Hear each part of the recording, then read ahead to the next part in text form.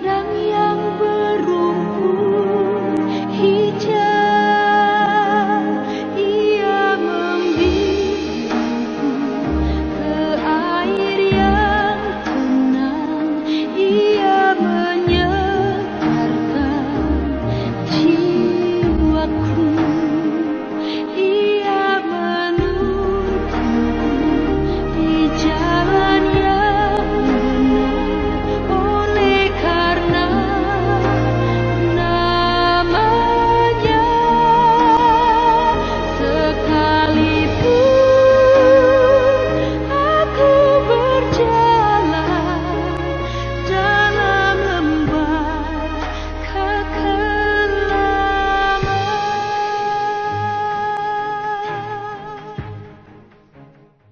Shalom, kekasih-kekasih Kristus. Kita ketemu kembali bersama dengan saya. Saat hari ini kita akan menikmati kebenaran akan firman Tuhan. Saudara yang Tuhan kasihi, firman Tuhan yang akan saya bawakan pada kesempatan saat ini, temanya cukup romantis, yaitu cinta akan Tuhan. Saudara yang Tuhan kasih, kita akan membaca satu ayat di dalam kitab Ulangan pasal 6, ayat yang kelima. Demikian bunyi firman Tuhan, saya bacakan untuk kita semua. Kasihilah Tuhan Allahmu dengan segenap hatimu, dan dengan segenap jiwamu, dan dengan segenap kekuatanmu. Saudara yang Tuhan kasihi, kalau kita melihat akan pengertian akan cinta Tuhan, saya menyamakan dengan kehidupan anak-anak muda. Coba kita flashback kembali kehidupan kita pada waktu muda, saudara. Diwarnai dengan suatu cinta yang timbul di dalam kehidupan. Nah, ini kata-kata cinta ini tidak asing lagi untuk kita semua, bahwa kita kerap kali mencintai seseorang dan kita sampai menikmati cinta itu. Saudara, kalau kita melihat pada waktu kita masih muda, seorang yang mencintai itu biasanya tenggelam di dalam cinta tersebut, saudara. Ambil contoh pada waktu kita bercinta, pada waktu masih usia muda, kita akan berpikir bagaimana kekasih kita. Pagi-pagi bangun, dia sudah terpikir, aduh, sedang apa dia ya? Sudah bangun belum ya? Atau sudah mandi belum ya? Saudara, rasanya hati ini ingin selalu berjumpa, bertemu dengan kekasih kita. Lewat dari pagi, siang hari, kita pun berpikir lagi, aduh, sudah makan belum kekasih kita?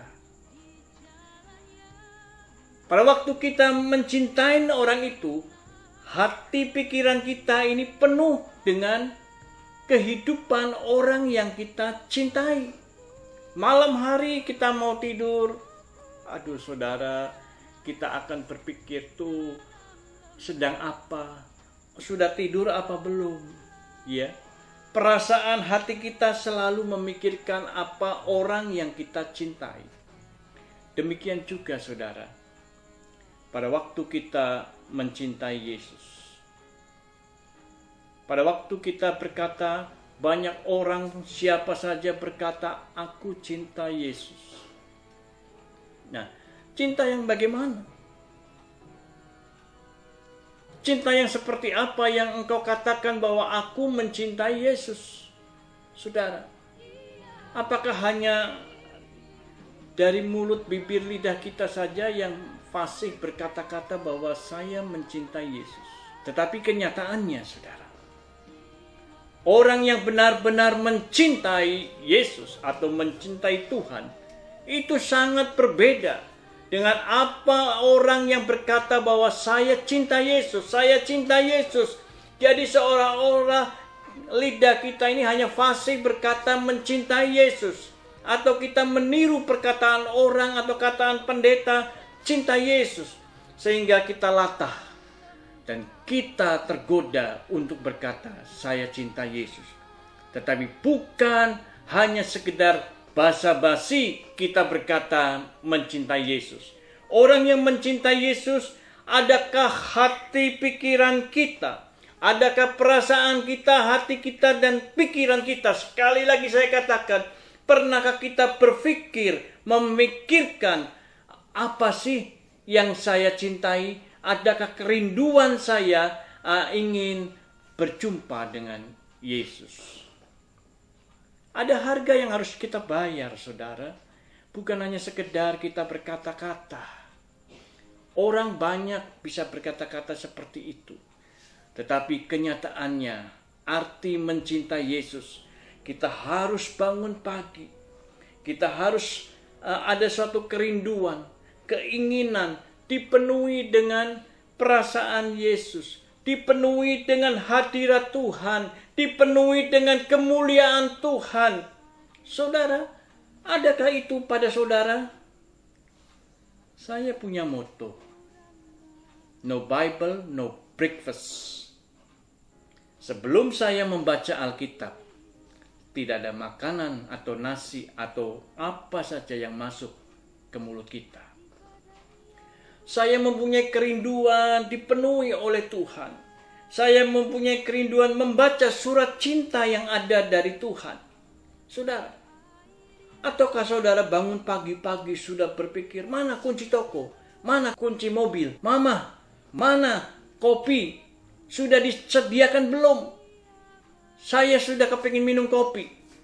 Orang yang kecanduan kopi seperti demikian, saudara. Jadi lupa semuanya. Tuhan pun dilupakan. Yang terpenting dalam pikirannya, saya belum minum kopi pagi-pagi. Dan saya harus breakfast dulu. Saudara, ingat, no Bible, no breakfast. Jadi cinta Yesus harus membaca surat cintanya. Pagi-pagi buta, bangun pagi, bukan yang lain yang kita pikirkan. Tetapi hadirat Tuhan merasuk ke hati kita, merasuk ke pikiran kita, pemikiran kita. Apapun yang ada di dalam kehidupan kita, kalau Yesus sudah merasuk dan kita cinta kepada Dia, perbuatan, sepak terjang kita, perkataan kita, perbuatan kita, pelayanan kita, semuanya baik. Kalau berdasarkan dengan Tuhan Yesus. Saudara yang Tuhan kasihi, sangat berbeda dengan orang yang hanya mampu berkata-kata cinta, cinta, cinta. Oleh sebab itu, saudara yang Tuhan kasihi, pada kesempatan malam hari ini, apa yang paling ada di dalam pikiran kita?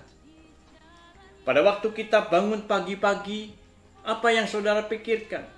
Kalau engkau benar-benar mencintai Yesus, engkau akan terfokus pikiran kita kepada firman Tuhan. Karena firman Tuhan ini adalah surat cinta. Cintanya Allah kepada kita manusia. Kita membaca dan merenungkan dan mengaplikasikan di dalam hidup kita sehari-hari.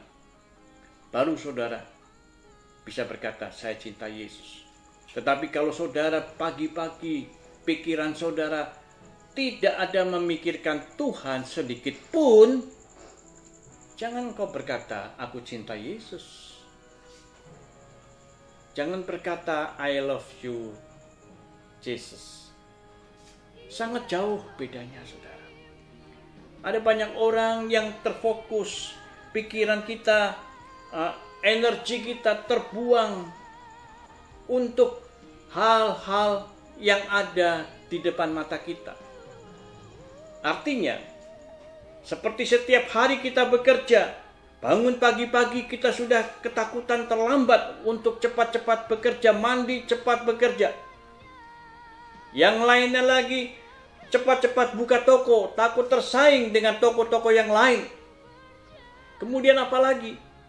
Kalau saudara sebagai dosen cepat-cepat ingin ke kampus atau ke sekolah untuk mengajar. Dan kapan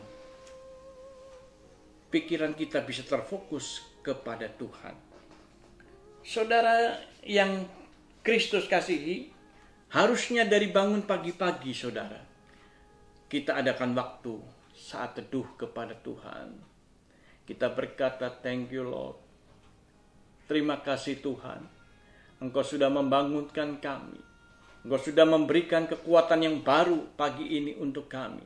Engkau sudah mengatur segala berkat-berkat. Dan Engkau sudah menyediakan berkat-berkat itu kepada kita.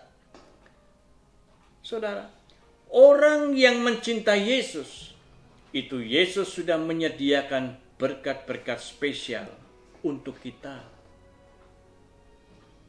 Untuk kita. Seperti saya gambarkan seorang istri yang mencintai suaminya. Bangun pagi-pagi, istri yang dipikirkan, aku akan memberikan masakan yang terenak hari ini untuk suamiku. Aku akan memberikan makanan yang disukai oleh suamiku hari ini. Begitu pula Allah.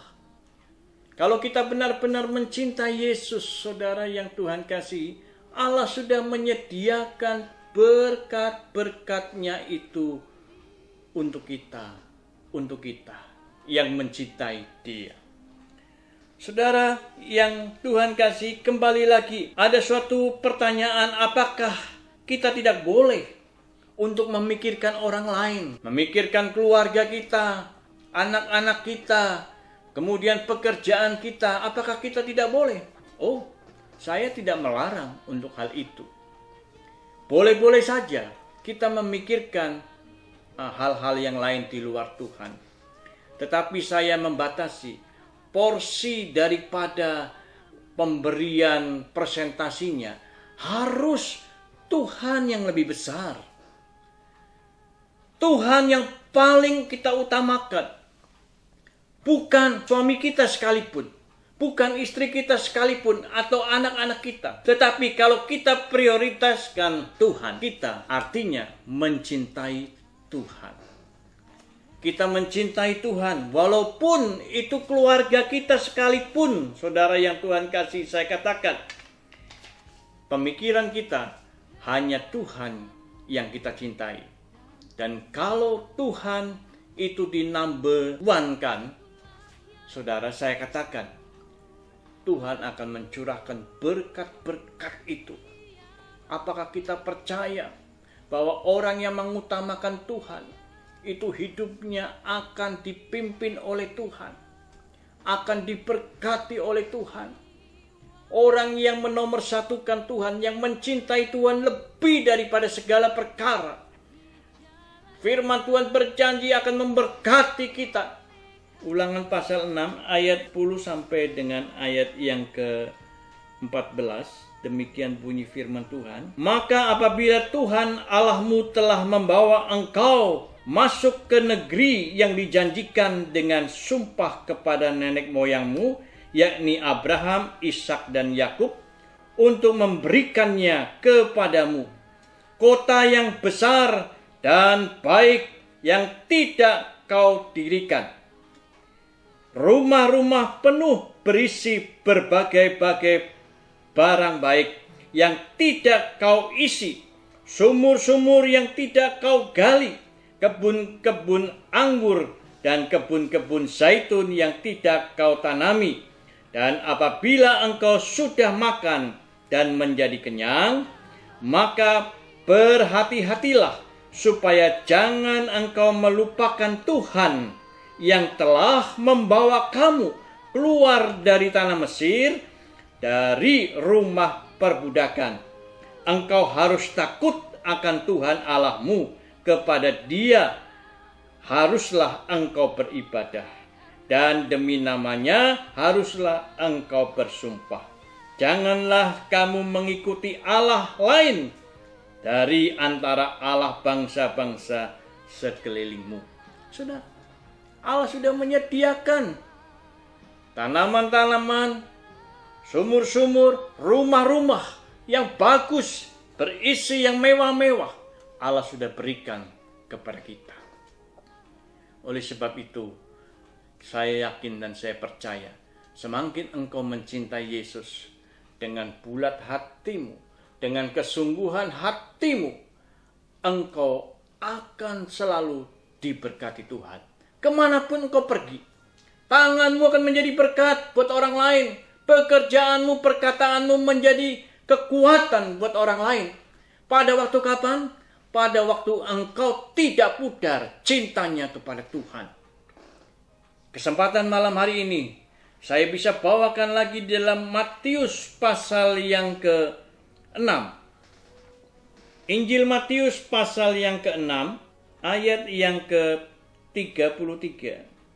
Demikian bunyi firman Tuhan, tetapi carilah dahulu kerajaan Allah dan kebenarannya, maka semuanya itu akan ditambahkan kepadamu.